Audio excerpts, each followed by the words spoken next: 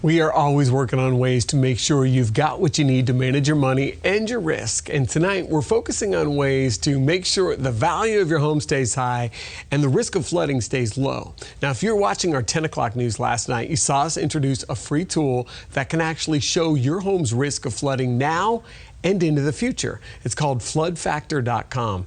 And I've been speaking with the guy whose nonprofit called the First Street Foundation created it. He outlined what floodfactor.com is showing in terms of how many homes are already considered at risk of flooding in our most populous counties in Southwest Florida and what that info could predict about your home's value.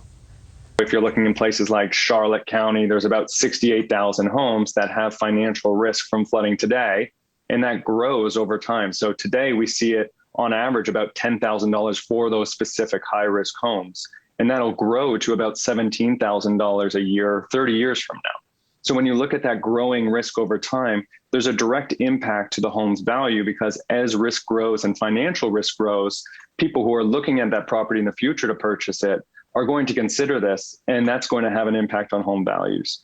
We see similar numbers in Collier County with 32,000 properties, or in Lee County with 121,000 properties, all showing similar things where they have an average annualized risk today in the thousands of dollars and expecting to almost double over the next 30 years, which are all going to have big financial impacts to those homes.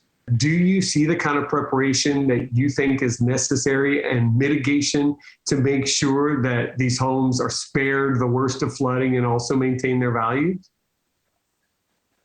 In Florida, it's a really tricky question on whether there's being enough done to protect against flood risk. And really that is because it's built on porous limestone. So as water levels rise, it's not really a thing that you can just build a big seawall around. It can be staggering to look at that and almost throw up your hands and say, why would anyone live in Southwest Florida when you see that coming down the pike? Yeah, I think it's an interesting question. Why are people living here? Well, it's beautiful and the weather's great and you're near the water, and that's a luxury that some people are willing to put some more risk against. So if I do know that I have a certain risk of flooding today and it's growing, but I want to be in that location, I love the community, I love my home, I love the weather, the smartest thing you can do is prepare for it.